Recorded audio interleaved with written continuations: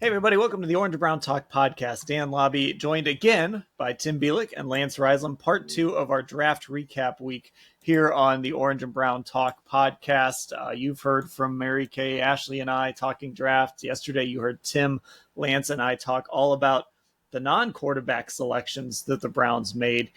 And so today we're going to spend time on these quarterbacks. This is such a fascinating discussion because I was going back and kind of listening to what we were saying about Shador Sanders when we did our quarterback pod.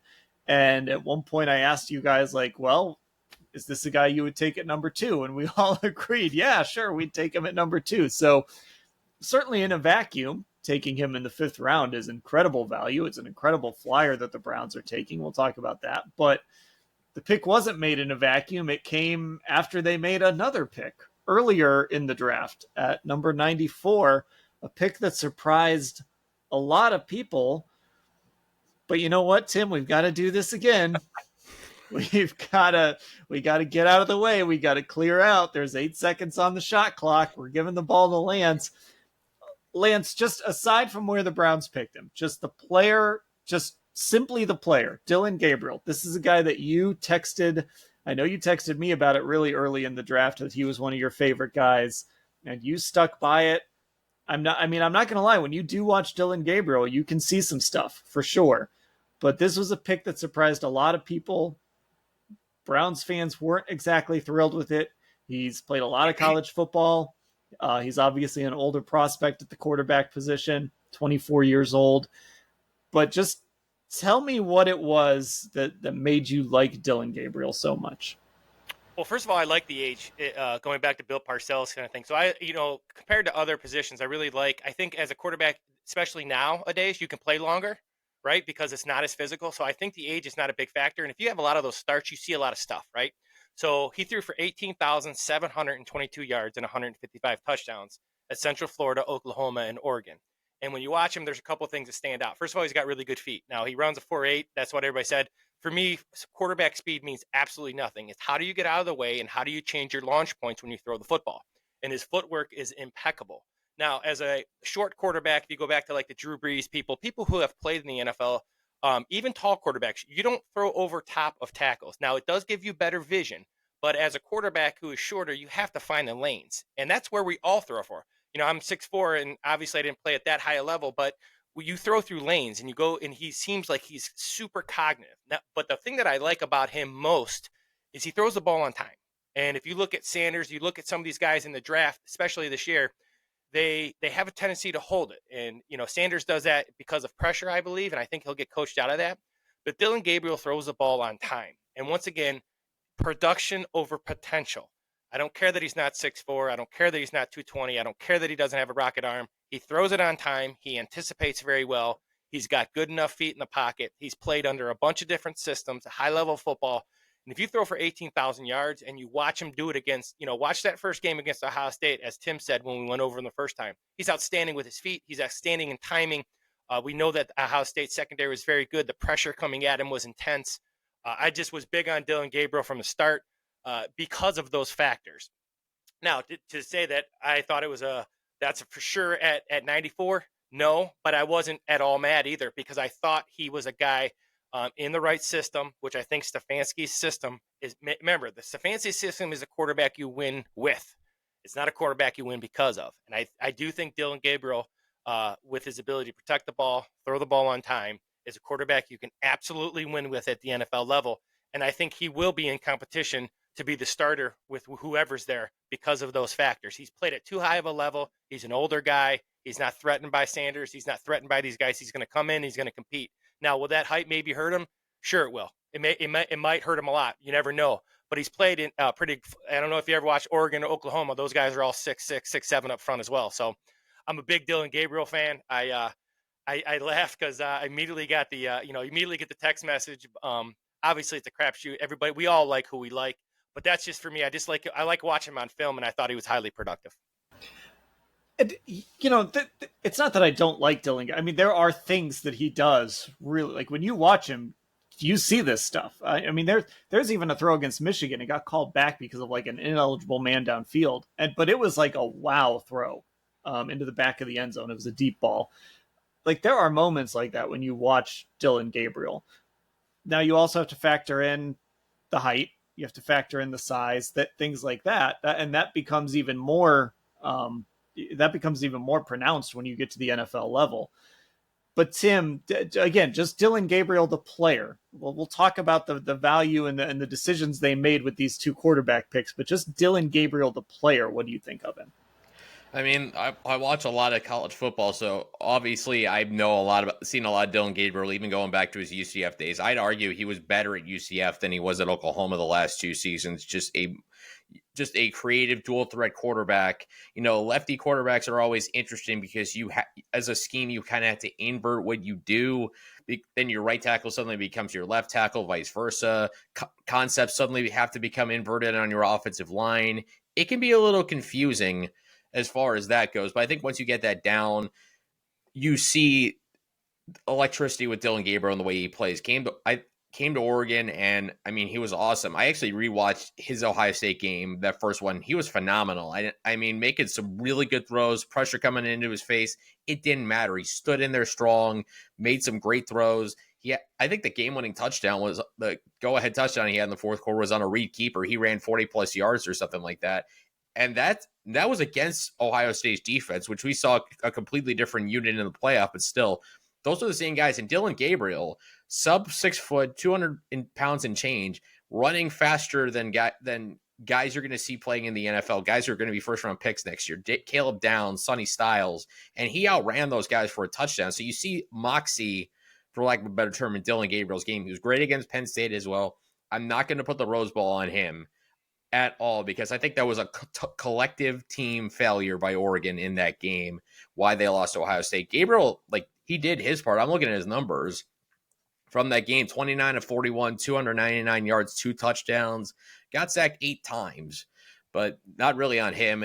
An ESPN QBR of 73.8, and that's still pretty good. He did his part to, at least in that second half, make it a little bit interesting. By that point, is obviously out of hand, but he did his part. With Gabriel, obviously being a smaller quarterback, he's got to torque his body more to throw some of those deeper throws. That's the thing I saw, is it's not just a natural thing where that ball pops out. He has to kind of contort his body and get his body into those throws a little more. Kind of similar to what we saw with Baker Mayfield, although Baker obviously had a much stronger arm than Dillon Gabriel. But you can see a lot of things in there that stand out with him. And the other thing that stood out, watching all these reactions, if you watch Steve Palazzolo and Sam Monson for the 33rd team, Steve Palazzolo was a massive, massive Dillon Gabriel fan as well. So at least we know 2 guys in the Dillon Gabriel fan club there. We're alone on the mountain, but it's okay.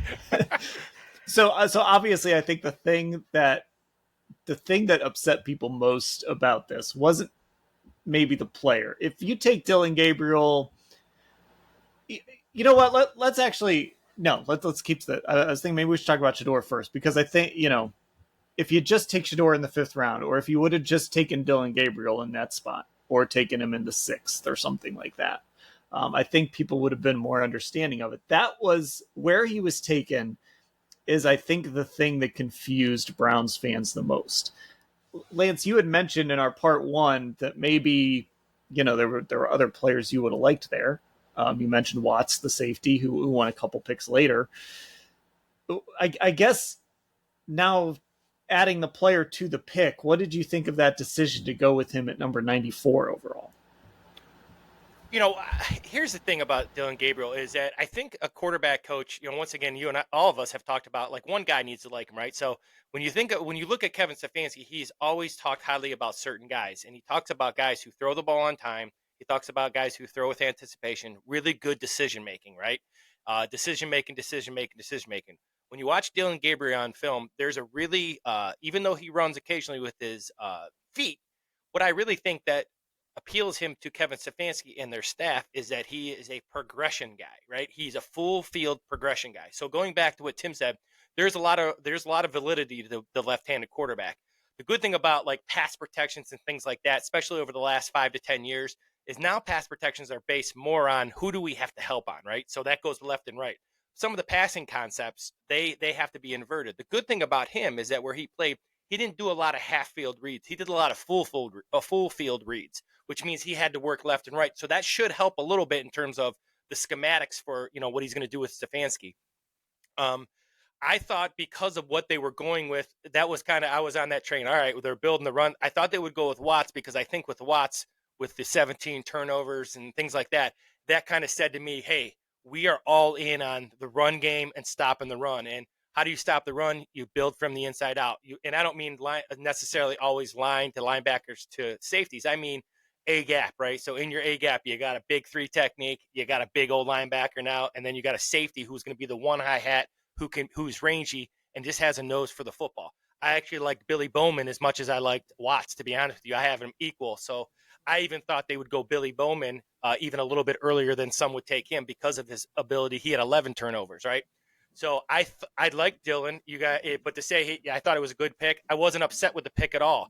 I did think they would go Watts because I thought they were on this like, we are going to stop the run and we are going to run the football. We're not taking receivers. We're going to get a tight end. We're getting these stud backs. So it was a little misleading, but still, I still think it was a good pick because of the production.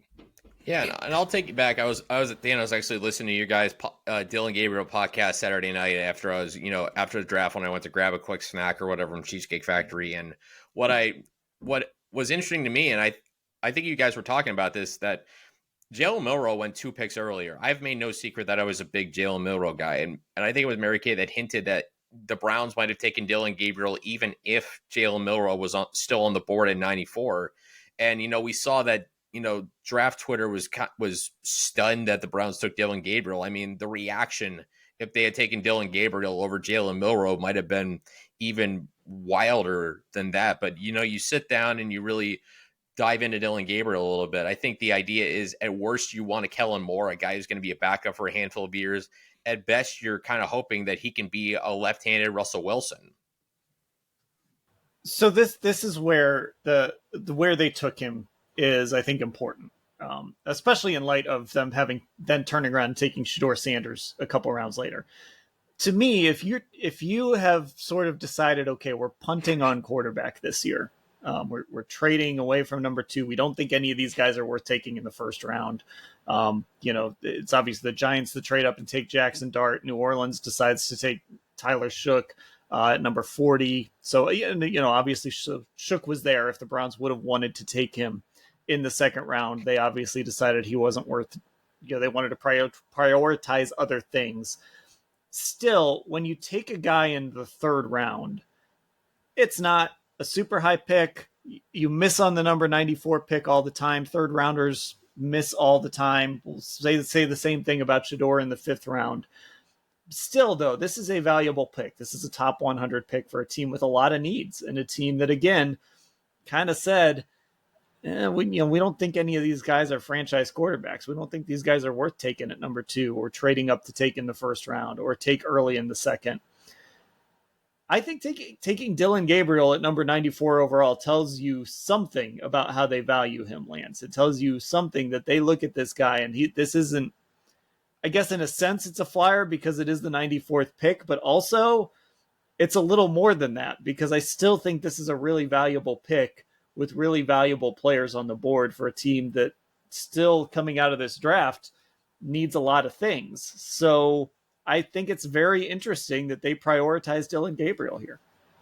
Well, if they truly are going back to Stefanski's offense, think about what they like to do on first and second down, right? They like to run the zone, the counter, and they like to boot off it. Now they do different things in terms of launch points. Sometimes he stays on the run, sometimes he sets behind B gap, sometimes he, different launch points, right? Dillon Gabriel does that very, very well. Other thing that Kevin Stefanski likes to do is get in that 12 and 13 personnel, like I said earlier, and create mismatches for his guys with the tight ends who are both receiver types, and Tillman, who they must think highly of, and Judy. So, and they have to make quick decisions, right? And get rid of the football because it's empty or it's 2x1 or 3x1. Dillon Gabriel does that very well. So I think what Stefanski, for me, it's saying, you know what? If I'm the head coach and I'm on the hot seat, I'm going to find guys that fit my scheme. And it is, you always win with players, but if the players are close and the players are close in talent, and obviously I thought Dillon Gabriel was really close. I had him I had him with Shuck, and I had him right up there with my guys. He was in my top 5 guys. I think just because of that. So I think he's the scheme fit, and Kevin Stefanski saying, you know what? Because it might be a rebuilding year, but it can't be a 4-13 rebuilding year, or those guys won't be making those picks next year, right? And we all know it's a brutal business. So I think Dillon Gabriel gives him a guy that really fits his scheme, a guy he really likes. That's the vibe I got when you watch him, and body language and scheme, and what they want to do with the quarterback in terms of quick decisions and the footwork and things like that. Dillon Gabriel does it very well. So I think this is more Kevin Stefanski than anybody else in that decision. Yeah, and Tim, I've seen a tweet going around from multiple people that lists the Browns picks and says, well, if they'd have taken them in this order, people would be doing cartwheels over them. And I agree. I mean, and again, I like this draft. There's things we'll talk about strategy wise that maybe I'd have done differently, some head scratching decisions they made, but I don't think you can look at this out of order. I mean, that's a great tweet. It's an interesting thought exercise, I guess, but they did take Dillon Gabriel at 94. They didn't take him at 144. And so that just means obviously they thought more highly of him than Shador Sanders, who was still on the board. They liked him more than Shedeur. And they liked him more than maybe taking a Watts or someone else, or, Dylan Sampson or another running back there, something like that. They obviously valued Dillon Gabriel enough that they were not willing to let him get to Saturday. They either they had intel somebody else really loved him, or they just loved him so much that they weren't willing to take that chance. And so I think it's important to understand the order these guys were taken, because that shows you how the Browns prioritized all these players. Yeah, I'm going back. I think what Lance was saying yesterday on yesterday's podcast about, the guys the Browns took, that like Next Gen Stats, I think, had them as the number 1 production class in this draft. And I know production isn't always everything, in college. You also had some potential there. And I think there are legitimate questions about what kind of potential Dillon Gabriel is. But I do understand this from the Browns' perspective of, you want a guy who's going to play on time. You want a guy who's not going to turn the football over. You want a guy who's going to understand what's there in front of him and make an accurate throw, especially, in pressure situations. And oddly enough, when we get to Shedeur, that's the thing you could say about both guys, that they stand tall and they can stand tall in pressure and deliver the pass out there.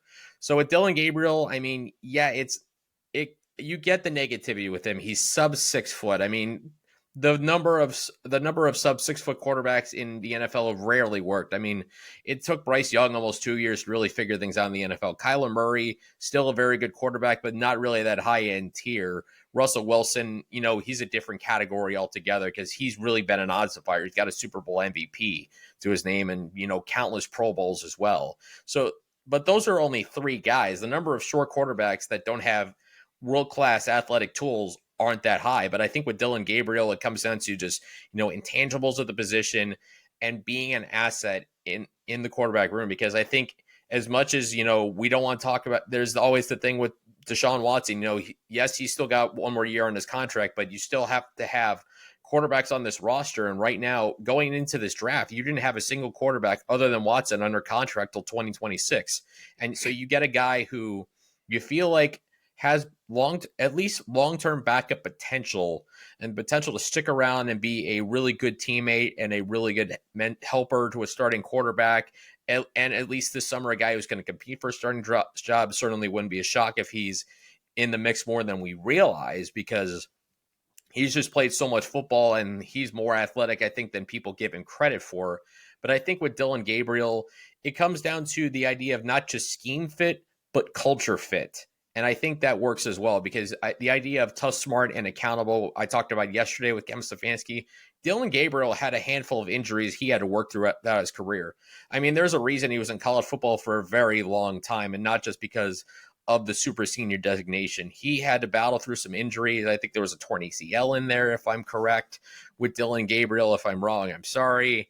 But there's something about just the things he's battled through, and being, a sub 6 foot left-handed quarterback, being as productive as he's been, winning a Big Ten title with Oregon in their first season in the conference, beating Ohio State the way he did, beating Penn State the way he did.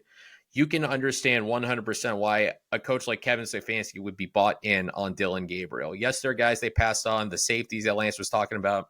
Guy I really wanted, Bielik Iomanner, the receiver from Stanford, I was climbing for on Twitter on day 3.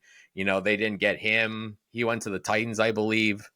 Or I don't know, the 257 picks in there. I'm going to forget a couple guys. So. Too many to keep track. It's just like over and over for 3 days. It's like Groundhog Day. I'm with you, Tim. No worries. Yeah, but the point I want to make is there's 100% the reason why Dillon Gabriel would appeal to a team, especially like the Browns, who have had more turnovers the last 2 seasons than any team.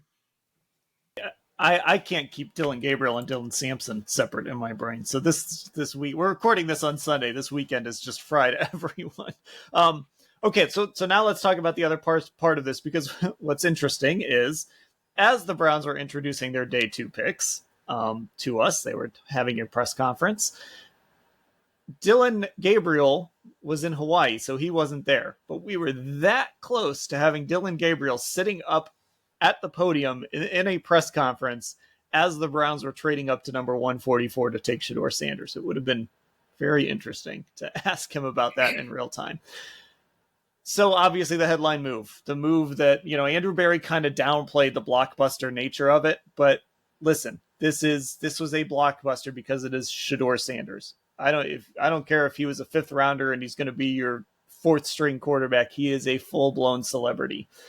Content machine for himself and all the people who cover him. So I guess I just want to get your guys' raw reactions as it happens. Tim, we'll start with you this time. When you see the Browns trade up and then all of a sudden the tweets start coming in, they're taking Shador Sanders. What was your first thought? Well, I want to backtrack a little bit with Dillon Gabriel. I had to look it up. It was a broken left clavicle, so I apologize. Okay. It wasn't a torn ACL. I just want to make sure I got that correct out there. So he did not tore his ACL. It was a broken left clavicle.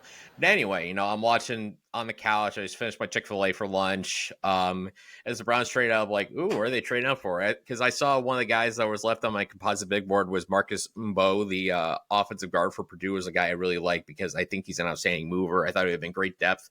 And all of a sudden, people were saying, could it be Shedeur time? And then I'm thinking, wait a minute. Like, what's going on here? And I did listen to your emergency pod about Shedeur. Those stories you guys had were great. And I'm just sitting there, I'm looking over and I'm just like, are you serious right now?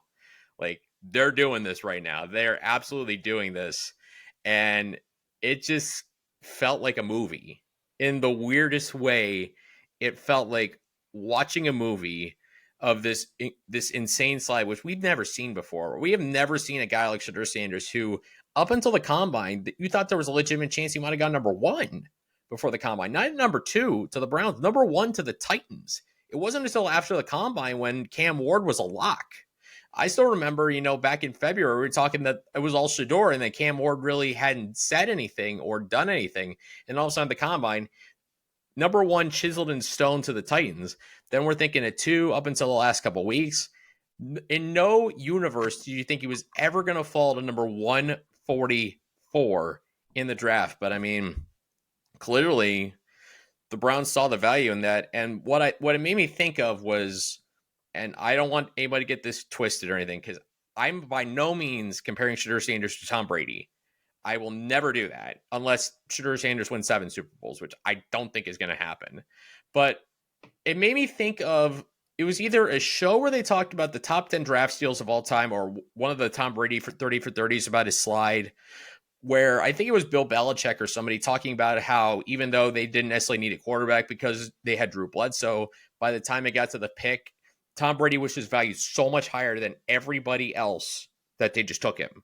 And that's what it made me feel like. Yeah, Andrew Berry's downplaying it, but you took a guy who had legitimate first-round potential at 144 overall. Like, value-wise, I mean, that's as big a value bargain as you could possibly get in the NFL draft. So from that perspective, from a pure value perspective, it made all the sense in the world to do that, especially because you don't know who you're starting. You don't have a future at the starting quarterback position coming into the weekend.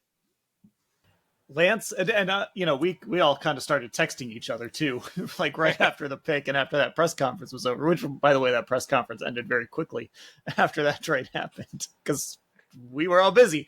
But Lance, what was your like just initial that I love to get into the moment, like how people, oh my God, I can't believe this is happening moment. Well, it's funny because I was doing it. I was live, and I was trying to be. I've never really done that before, right? So there are a lot of new things for having me. So I was like, I immediately texted you guys. I had my phone down here to the side, and I was like, so a couple of things popped in my head. First of all, there's some real issues with like things we don't know, or especially I don't know. Dan, obviously in your line of work, I look forward to working with you this summer because you're going to find out a lot of those things, right? Tim, you and I will be, you especially, you'll be doing a lot of work. For me, I'll be reaching out to you two in your expertise because something had to be with those interviews and how he rubbed people. And you don't have to like it. And I saw a great comment from a couple guys I don't really know, just trying to surf the web here, but there's a real reality of who he is as a person that rubbed people wrong. And that was my first thought. Then my second thought is, Dan, when I started working with you, I'll never forget, I texted you, and I texted you when I got to the facility because I have no idea what I'm doing. And I'm like, Dan, help me out. And you guys brought me in and, here's what we're doing. Here's how we're doing. You guys were amazing. And all we talked about was Deshaun Watson. And it was funny because I'm just the film guy, and I try to stick with what I know and how I work. But sometimes the off the field stuff is going to affect how you look on film. And for the Browns right now, it kind of reminds me of the Watson in terms of what they're not thinking of. And so now you're in the offseason where you're 3-14, jobs coaches are on the line. You didn't think highly of him enough to take him early. You didn't think highly enough of him that you took Dillon Gabriel before him. And now you're bringing in a circus. Now, I just don't know if the Browns, Dan, I've heard a couple when you guys talk. Are they ready for this? Right? Are they ready for this circus? Are you ready for when the quarterbacks don't play well? And Tim, I remember you saying this. A lot of times the Browns offense played poorly the defense played poorly because the offense was so bad, right? So now, are you ready for Dion and people around the country clamoring for a fifth rounder to play? And and there's going to be some bumps in the road this year because they don't have elite skill at some positions, and they were 3-14, so there's some things they got to the offense, all the things we've talked about. So that's the first thing that popped in my head. I'm like, for 144, are you? He's a great player. We all said we take him in terms of, especially if we took him early. But now it's, for me, the focus when they ask Kevin Stefanski, they're not saying, "Hey, what's your what are you guys doing in your pin and pull this year that's going to be different to help, whatever it may be." For me, I'm thinking football wise, that's not going to be the questions. Those weren't the questions that you and Mary Kay and Ashley were asking when I first started working with you. It was all the off-field stuff. And this is going to be not the off-field stuff, but your dad and why do you get picked here and all those things that you guys have to do in your careers. That's crazy to me. I don't know. I think he's a great player and he might be a huge steal. And going to what Tim said, the Tom Brady thing was it just athletically? This was like, this guy was a first round talent. And when you watch the film, it tells me first round talent, anticipation, accuracy. Those things tell me first round skills. So something else is going on. And maybe it's not a big deal for some organizations that are doing really well. And, the Mike Tomlins of the world who seem to have a really good feel with guys and what they need both on and off the field. That just doesn't seem to have been the Browns' strength. I don't know. I mean, I could be wrong there. That's a big media kind of circus you're bringing in for a fifth round pick who might be a backup and get cut. I don't know. It's going to be, if time will tell. And if he's a great player, awesome, because that doesn't shock me. The things that I see on film won't shock me at all if he's a really good player. But, once again, we'll see what that happens when he gets here.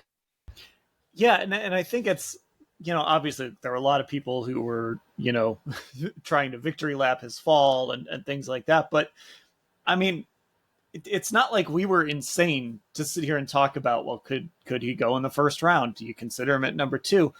Because I'll just cite a few people. Daniel Jeremiah in the Beast had him as his second ranked quarterback and gave him a second round grade. Daniel Jeremiah had him as 20th ranked player in his top 150.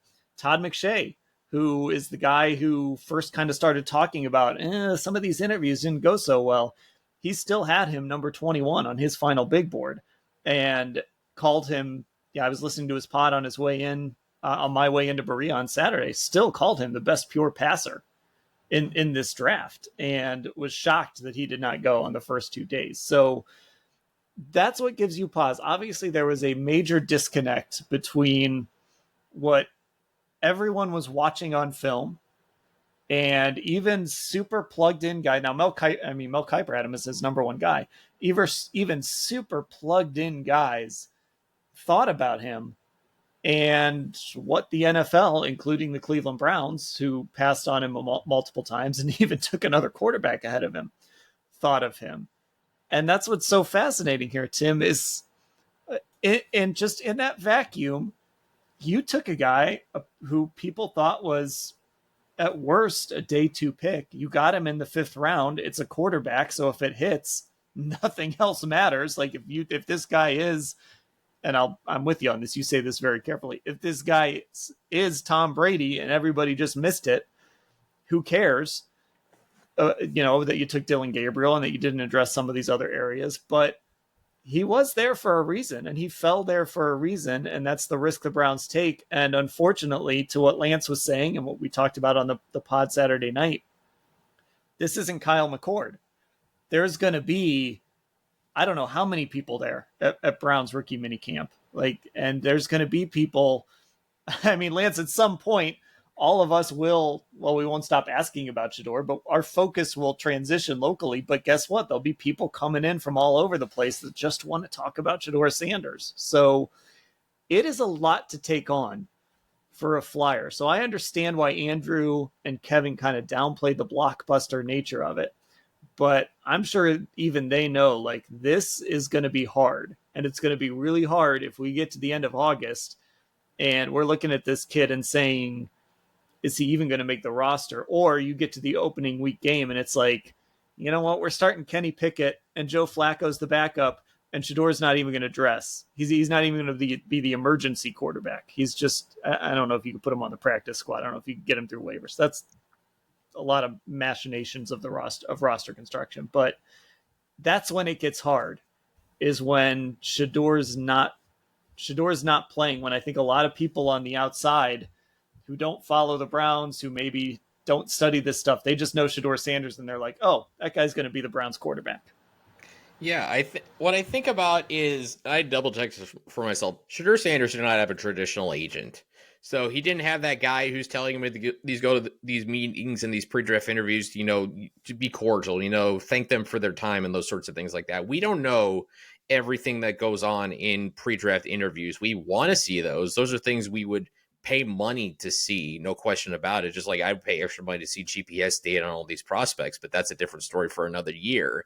But those things matter to NFL teams. How you treat them matters. And I think part of it also is the disconnect between, maybe some people just don't like the perceived idea of cockiness. And I've said before, if you're going to play a quarterback in the NFL, you have to be cocky. I always think about something Joe Burrow said at the end of 2023 when he was asked about the Bengals championship window. He said, as long as I'm here, we're a championship contender. So to paraphrase Joe Burrow, he said, I am the championship window. So Shador Sanders always struck me as a guy who I feel like he toes that line very well. Like, the perception of him to me is different than what I think he really is. And certainly in these days, perception, I think, becomes reality, or more important than reality. So it's a complicated thing that kind of happens there with why he's falling and why teams just kept passing on him again and again and again. And suddenly maybe the idea that, he becomes radioactive and then nobody's going to take him. And then all of a sudden somebody takes him and they'll be like, oh, of course he's going here. Of course that makes sense. So no question about it, there's going to be that extra media attention with Shedeur Sanders. I mean, how could there not be? I mean, look at what he and Deion did for Colorado. Colorado's been consistently one of the worst Power 5, now Power 4 programs of the last 20 years, ever since, even going back as far as when, they made the Big 12 championship in 2005 and Vince Young in Texas blew their doors off on the way to a national championship. I think it was something like 66-7 or something like that. And he made that program. Those two, Deion and Shedeur, made Colorado as must watch as Ohio State. So they know the attention. They understand that. And the Browns, I think, are an interesting case study because, yeah, Cleveland's not a big market team, but in a way, they're covered like a big market team. I mean, just look at us. We have 4 beat writers and 2 columnists that cover every single home game here. And we have all these extra, that's just one outlet. So the Browns are covered like a big market franchise. So naturally, I mean, they're used to, in some ways, this franchise is used to that kind of attention. But what strikes me as interesting is listening to the call, some of the call that Andrew Berry gave to Shador Sanders, basically telling him, hey, you're not going to be given anything. You got to be earn everything, including your roster spot. It's an interesting idea. The idea of the quarterback competition basically saying it's completely open, the idea that nothing's given, you're going to have to earn everything. So that, I think, is going to be the interesting thing, how Shedeur goes and approaches that. I feel like being the son of Deion, for as much flash as Deion Sanders has, I believe he's really, I personally feel like he's done a good job of instilling that work ethic. Like, you got to go earn it. Like, you have to go earn the right to be a starting quarterback. And I think if he puts in the requisite effort and the preparation and the diligence every day, from rookie minicamp to OTAs, rookie minicamp and training camp, I think if he does that, and there's no reason to think he won't, because it seems like his preparation, his work ethic, those are things that people have raved about with Shador Sanders. If he carries those out as expected, then he could really factor into a true quarterback competition. The question is, how true can a quarterback competition be when you're trying to get ready for a season? So it's a tightrope to navigate in a lot of different areas. I do want to say this, and I said this on Saturday. I think it's important to point out. Obviously, we talk about the circus around Shador Sanders, and he invites that. I mean, they're making all these YouTube videos, social videos. You watch the celebration, after the draft, you can kind of see him point to somebody to like hit a button, because they know they're gonna create content out of all of this stuff, and that's fine. It's 2025, that happens as long as you are doing your job and doing it well. Whatever, Myles Garrett creates content, so maybe not as much as Shore. I'll say this though: every time I've heard Shador, and at the combine talking at his presser, he was flashy and he was interesting, but I just really liked him. And then yesterday on his conference call with us, I just really liked all the things he said, and I liked the way he talked about coming in and showing people the real him and having to earn it. And we probably aren't going to get to talk to him until rookie minicamp in a couple weekends, but I bet that I'm going to come away from that really liking him. And I know Mary Kay, who went to the Colorado Showcase Day, she got a chance to interact with him, and I know she really came away impressed. And he seems like a pretty grounded kid for somebody who's Deion Sanders' son and who's been in the spotlight for a while now. I wouldn't be surprised if when we get into open locker rooms, he's a pretty approachable guy, and you can chat with him, and he's not going to big time you. I don't know that for sure. I'm speculating on some of that, but I will say the few opportunities I've had to observe him in public settings, I've come away impressed with the kid. So I don't want to put it on him that he's like trouble or that he's, way too cocky or anything like that, because I don't get that impression. And we're going to get some time to really find that out here over the next few months when we actually really get to spend time with him. But it's just, Lance, to what we've been talking about, you just have to be, I think people need to acknowledge he is a 5th-round pick. He's the second quarterback the Browns took.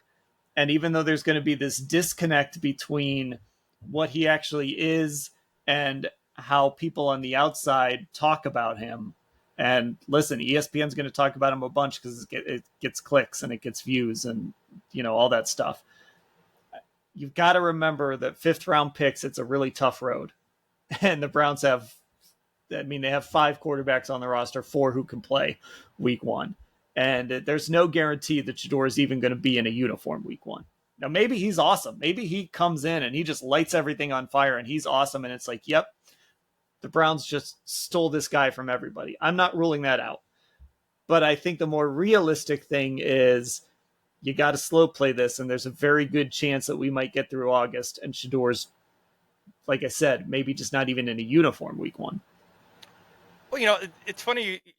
my dad coached for 40 years, and it was funny. And as I got older, one of the things I learned was take the kids and meet them where they're at. And we know that as, parents and things like that. But as a coach, you have to meet players where they're at. And you've never heard anything negative about Shador Sanders in terms of criminal, or is he a good teammate? Does he work hard? So people, I think, have to give him some slack in terms of how he grew up. He grew up with he grew up with the best corner maybe ever, who's a really flashy guy. And he backed up what he did. And that's how he still does it now when he's coaching. So you got to give him a benefit of doubt and let him come be a quarterback first before you start going with his dad. And that would be my argument, is meet him where he's at. So the kid likes to do TikTok, and the kid likes to make videos, and all kids like to do that. And I'm 50 years old, and I'm not going to say that's what kids do. And he's a kid, and you got to let him be a kid. And if he's a good teammate, if he's as a quarterback, is he the first one in the building? Is he the last one to leave? Does he understand the concepts? Is he consistently talking to the other quarterbacks? Is he approachable to the media? Is he approachable to his coaches? Is he coachable? Does he do all those things that make you a good teammate? Then that's what really counts. It's really not. I wouldn't be shocked at all if he came in and competed for the starting quarterback.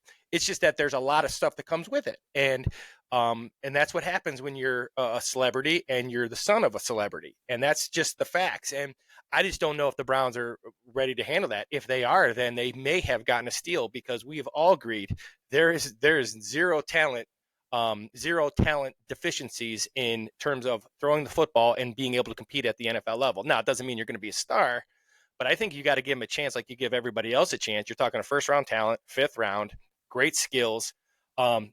Everything that has been said about him is just kind of like outward stuff, right? Outward because he's a kid, and nothing that would affect him as a player, right? He doesn't break the law. He seems like a great kid. He's fun. The interviews you guys have had with him and talked to him, Mary Kay, he seems well-grounded. He says the right things. I don't know. That would be my thought. Let him come in and compete, because if you allow him to compete without beating him down with the nonsense, he might be pretty good. He's got some great skills. So, Tim, let's talk about just the strategy of all this, right? Now that we have the draft collectively and the Browns, and sort of what picking Shador Sanders kind of says about what they did. I thought this draft, especially the middle part of day two with Judkins and Fannin, and of course, the idea to trade down and take Mason Graham, that'll be litigated over the next few years. At the very least, I see the vision in that. I see what they're trying to do. This pick did give me a little bit of a dartboard feel. Taking a second running back. I guess when you start the day taking a second running back, and then you trade your last picks, and 6th and 7th round picks are what they are. Who knows if they're going to make it? But you trade those picks to take Shedeur, and then you're just kind of done. The draft felt incomplete, I guess, to me. And I don't know if that's just because the value of Shador Sanders was just too much to pass on, or what exactly happened. But the draft in the end just felt incomplete and felt a little bit like, okay, they went after Shedeur, and that cost them the rest of the draft. And so they come away with 2 quarterbacks and 2 running backs, and it's a good draft, but I felt like they could have done more. And so that's sort of what the Shedeur pick to me felt like. So when you just look at this holistically, what did you think? Putting that Shedeur pick in context of everything else they did, what did you think? I mean, like I said at the beginning, I just look at it from a pure value perspective. That's how I approach my draft grades a lot of times, is value based. Like, does it feel like you're reaching on guys that you should have taken much later? And I mean, I gave the Browns a B+ for this draft, just because there's things that they could have done. Sure, you obviously you could use another offensive tackle behind DeJuan Jones, Jack Conklin, Cornelius Lucas, maybe another young guard to compete with Zach Zinter, to make sure, he's continuing to get healthier from his leg injuries from 2023 and, take that step forward that you hope he can take in his second year. Yeah, obviously receiver is a big question mark. Who's going to be that wide receiver 3 on this team? Do they get a veteran now in the next couple days? Who knows? But from the perspective of, like I said at the beginning also, you came into this draft with 0 future at quarterback.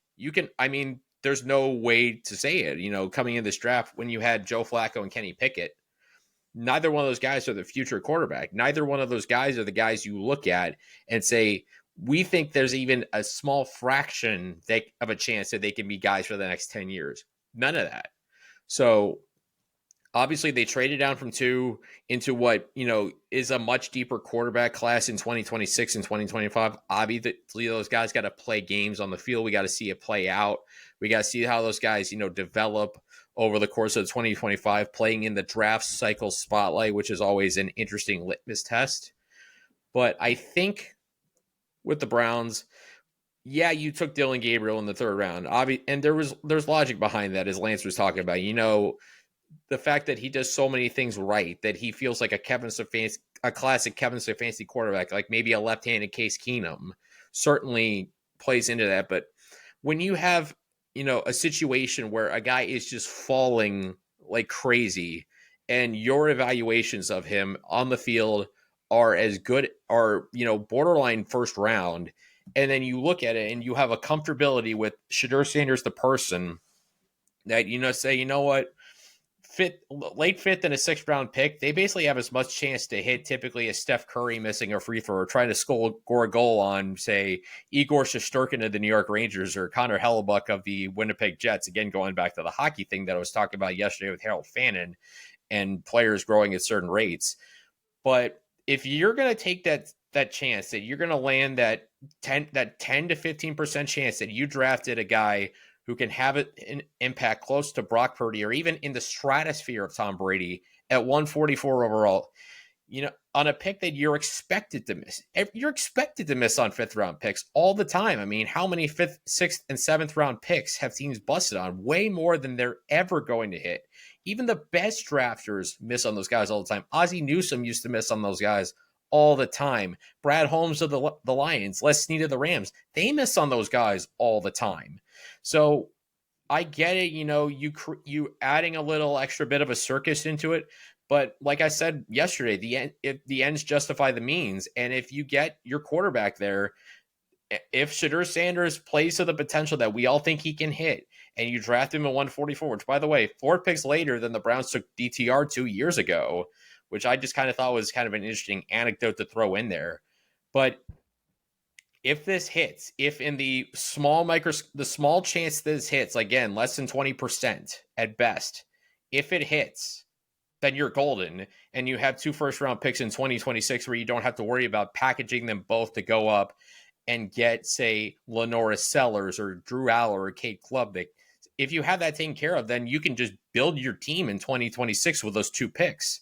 So it's that chance that you can hit big, and if you miss, it's a 5th round pick. Again, those things bust all the time. It's expected you're going to fail in those. So why not just take the swing for the fences, and see if you get something big out of it?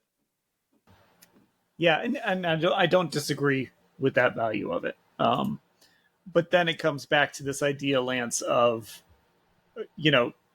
it, and look, they probably didn't expect this, right? They probably didn't expect Shedeur to keep sliding there on day 3 and have this opportunity. But at least if we're going to play the hindsight game, which is the funnest thing to do, right? If we're going to play the hindsight game, then that's when you kind of go back and you're like, okay, maybe did they have to take Dillon Gabriel too? Could they have done something different then at 94 and added a Xavier Watts to that safety room and made the roster better elsewhere? So that's where, again, I just think this draft feels a little bit incomplete for me. And I could also, I love Quinshon Judkins. I love that pick. Travion Henderson would have been great there. You also do. I think it's fair to ask the question, like, are the Browns roster wise in a position where maybe they should take 2 running backs, which is a little bit of a luxury pick to pick running backs. Could they have gone a different direction with one of those picks as well? That part of it is nitpicking. But the Dillon Gabriel, Shador Sanders thing is a little bit like, if you had it to do over again, would you have actually taken both? Or would you have just waited and taken Shador Sanders at traded up and taken him at 144? Well, see, that's the idea of what he brings, right? In terms of picking him at 144. Obviously, they had a chance, and they took Dillon Gabriel. So that says a lot in terms of what their value, like what was on their board. For me, when you talk, you're talking about the draft as a whole. The quarterback situation is not what I'm looking at which is kind of what everybody's looking at from the outside. For me, it is, are they going to continue? It's the first step of what I think they're going to try to do here offensively and defensively. It's the first step. Now, I want to see it in practice. I want to see them be physically attack each other a little bit in practice. That's something, being down there and watching it every day and getting the opportunity to watch Callahan into last year. They've lost their physicality in practice. Now, when you get Graham, when you get Schlesinger, when you get Junkins, these are all physical guys. So does that tell you that, that was my connection between those three, is that their physicality and how they play the game of football? They're productive, but they're also kind of mean, and they play with an edge. And the Browns don't have a lot of guys on their team. They have a lot of really good football players, but they don't have a lot of guys with edge. And that edge is like, that's the scuffles you get in practice. And Dan, you and I have sat there a bunch and said, this is just like, it's very country club, right? It's very, very organized. People are working hard. But football is it's not a contact sport. It's a collision sport, and football should be mean. Football, you should, if you're blocking the same guy for 5 days, you should have an attitude with him. You should be chippy with him. It doesn't mean you fight, but there's no chippiness, and they got to get a little bit of chippiness. And if you watch the Steelers, if you watch the Eagles, if you watch these teams, we all watched the Eagles when they came in here, and the Browns did pretty well on day one, and then the Eagles said, you know what? We're going to do what we do, and that's the physicality that they have to get to. So for me, this draft was, I agree with you, Dan, a little bit incomplete, but the thing for me, it was the first step of, now are they going to continue on this physicality and this play elite defense and get back to a physical run game? We're going to stop the run. We're going to protect the quarterback. We're going to run the ball. We're going to play close to the best. And there's a lot more than, 3rd and 9, which will make people mad. 3rd and 9 in your own part of the field, you run the football if you're protecting your defense. Now, people don't always like that. And you don't have to do it every time. But do you put your quarterback who you're not set on, do you put him in a bad situation on 3rd and 9? And if it'll tell you a lot when they get in the season, if they're punting the ball a little bit, if they're running the ball a little bit more on 3rd and 9, and they're playing close to the best, and they run the ball more on 1st down, and things that a lot of people don't like, and you can't do every time. But the mentality has got to be there. The Browns, get back to Chubb 3 or 4 years ago when we're going to run it regardless of what you have in the box and things like that. So for me, the draft was first step of trying to get back to what their identity was when Stefanski got the job. Okay, so we're going to wrap it up here, but Lance, you kind of gave some final thoughts there. I'm going to make you do it again. But I just want to get your guys' sort of final thoughts. I know, Tim, you mentioned you're great on this draft. Just overall, now that we've seen everything, your final thoughts on this draft. And also, why don't you give me your favorite pick from this draft too? I think I'll start, it's my favorite pick, obviously, Harold Fannin. I think, he feels like the quintessential Kevin Stefanski type of type 2 tight end, too, in this offense, complementing David Njoku. That felt like the one thing we knew the Browns were going to add at some point was another tight end, getting back to more of Kevin Stefanski's style. And you add a good receiving tight end in Harold Fannin, who, highly productive in the MAC, but he also showed he could play really well against higher up competition in some cases where his teammates, other than him, just weren't quite at the just the reality of being in the MAC. Guys just aren't up to the caliber of guys at Penn State, at Texas A&M, and he really matched those guys at those two programs and really played really well in those two games. So you look at Harold Fannin, I think he's going to be a really good fit, and I think he's got a chance to be very productive on this team. But what going back to Lance's thing about trying to reestablish a physical identity, you saw that in those first 4 picks they had. Mason Graham, physical run stuffer, gonna just clog up the middle of the defense and just create chaos every single time he's out there. Like I said, I think he and Mike Hall Jr. in time can be just a really good 1-2 combination that they complement each other very well. Then you have Carson Schlesinger, very instinctive, strong tackler, fast, quick. Another piece that you hope can really contain the run game. And then, going back to the overarching thing I said before, the number one thing the Browns had to do outside of quarterback, rebuild the run game. Yeah, they didn't necessarily do it with offensive linemen, but what I thought was more important, they get better running backs. And because I think we knew Jerome Ford I think he's not a 1A. He's more of a 2, obviously, as a running back. Certainly a guy who could be a speed change up and a really good receiver out of the backfield. But then, the Browns getting 2 guys who are easily, second round caliber guys at running back, and Quinshon Judkins and Dylan Sampson. I know you're not going to be able to necessarily run it 40, 45 times a game. You're going to have to throw it once in a while, but you have two running backs who can share the load, keep each other fresh, really push each other, and they both have a really tough mindset. And it goes, again, the overarching thing, I've said it before, the idea that when Kevin Stefanski came into Cleveland, the idea of being a tough, smart, accountable football team, you see that in at least some of those characteristics, if not all of them, in every single one of these picks. What I love Flash? Of course, I love Flash. I love, speed. I love skill positions. And technically the Browns got 3 skill position players in this draft, so I'm pretty happy with that from a perspective of someone that thought they needed at skill, and they did that. They need more, obviously, but you can't fill all your holes in one draft, especially when you trade around. You end up with just 7 picks in this draft. But for what the Browns wanted to do and kind of an identity shift, I think you see the seeds of that brewing in this class. And of course, if you get your quarterback out of that, that is the cherry on top of the sundae. Lance, anything to add to what you said before about the run game? Once again, also your favorite pick too.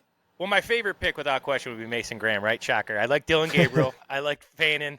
I like like Tim said, the comp Schlesinger was Peyton Wilson, who you guys know I probably like a little bit. So yeah, I think, for me, I think Mason Graham fits the mold. I would have taken him at 2. So that's what I thought of him.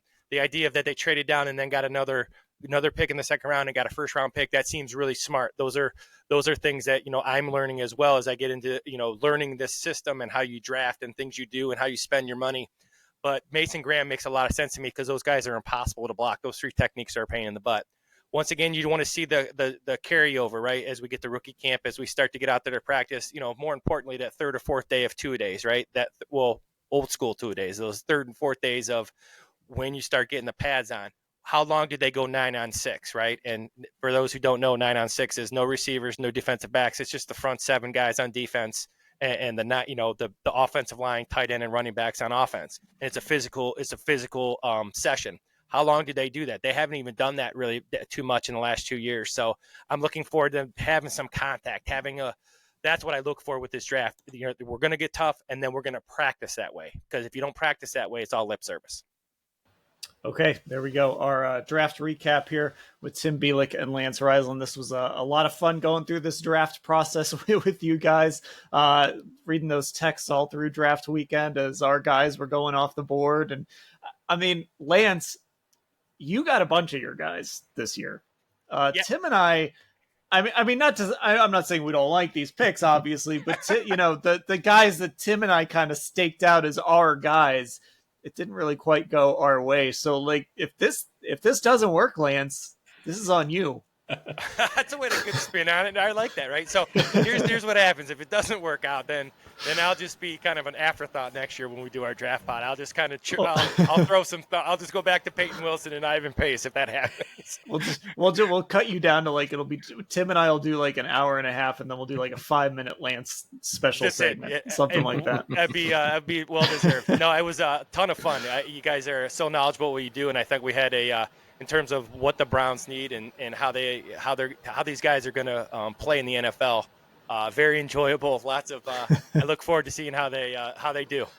All right. Well, like I said, this was a lot of fun. If you're not subscribed to Orange and Brown Talk, get subscribed on Apple Podcasts and Spotify. You can go back and listen to all of our draft pods if you want. I know Ashley actually she binged those things right before the draft.